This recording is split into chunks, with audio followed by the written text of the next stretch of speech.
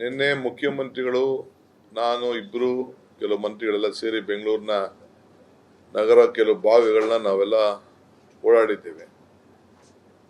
ಅನೇಕ ಸಮಸ್ಯೆಗಳನ್ನೆಲ್ಲ ನಾವೆಲ್ಲ ಗಮನಿಸಿದ್ದೇವೆ. ಇವತ್ತು ಮುಖ್ಯಮಂತ್ರಿಗಳು ಕೂಡ ಬರಗಾಲದ ವಿಚಾರದಲ್ಲಿ ರಾಜ್ಯದ ಎಲ್ಲ ಅಧಿಕಾರಿಗಳು ಕೂಡ ಚರ್ಚೆ ಮಾಡಿದ್ದಾರೆ. ಬೆಂಗಳೂರು ನಗರಕ್ಕೆ ಸಂಬಂಧಪಟ್ಟಂತ ಕೂಡ ಇವತ್ತು ಚರ್ಚೆ ಮಾಡಿದ್ದಾರೆ. ನಾವು ಮುಖ್ಯವಾಗಿ ಇವತ್ತು ನಾನು ತಕ್ಷಣ ಸಾಯಂಕಾಲ ಈಗ ನಾನೆಲ್ಲ ನಮ್ಮ BWSB ಕಾರ್ಪೊರೇಷನ್, BDA, ಎಲ್ಲ BMTF ಎಲ್ಲ ಅಧಿಕಾರಿಗಳನ್ನ ಸಂಬಂಧಪಟ್ಟಂತ ಅರ್ಬನ್ ಡೆವಲಪ್ಮೆಂಟು ಎಲ್ಲ ಅಧಿಕಾರಿಗಳ ಹತ್ರ ಎಲ್ಲ ಕೂತ್ಕೊಂಡು ಎಲ್ಲ ಝೋನಲ್ ಕಮಿಷನರ್ಸು, ಇಂಜಿನಿಯರ್ಸು ಎಲ್ಲರೂ ಕೂಡ ನಾನು ಚರ್ಚೆ ಮಾಡಿದ್ದೇನೆ. ಅವ್ರಿಗೆ 5 ಪ್ರಮುಖವಾದಂಥ ಆದೇಶವನ್ನ 5 ಪಾಯಿಂಟ್ ಪ್ರೋಗ್ರಾಮ್ ಅವ್ರಿಗೆ ನಾನು ಕೊಟ್ಟಿದ್ದೇನೆ.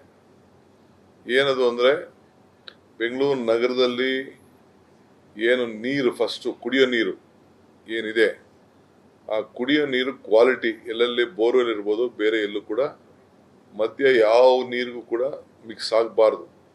ಈ BWSSB ಇರಲಿ, ಇಲ್ಲ ಅಂತಂದರೆ ಬೇರೆ ಪ್ರೈವೇಟ್ ಟ್ಯಾಂಕ್ಸ್ ಇರಲಿ, ಯಾವುದೇ ಆಗಲಿ ಕ್ವಾಲಿಟಿ ನೀರನ್ನ ಕೊಡಲಿಕ್ಕೆ ಎಲ್ಲ ವಾಟರ್ ಕ್ವಾಲಿಟಿನ ಚೆಕ್ ಮಾಡಬೇಕು. ನಂಬರ್ 1. ಎರಡನೇದು ಅದರಲ್ಲೇ ಏನು ನಮ್ಮ ಇದಿದೆ, ಶುದ್ಧ ಕುಡಿಯೋ ನೀರು ಘಟಕಗಳಿದೆ, ಅವೆಲ್ಲ ಕಂಪ್ಲೀಟ್ ಏನೇನು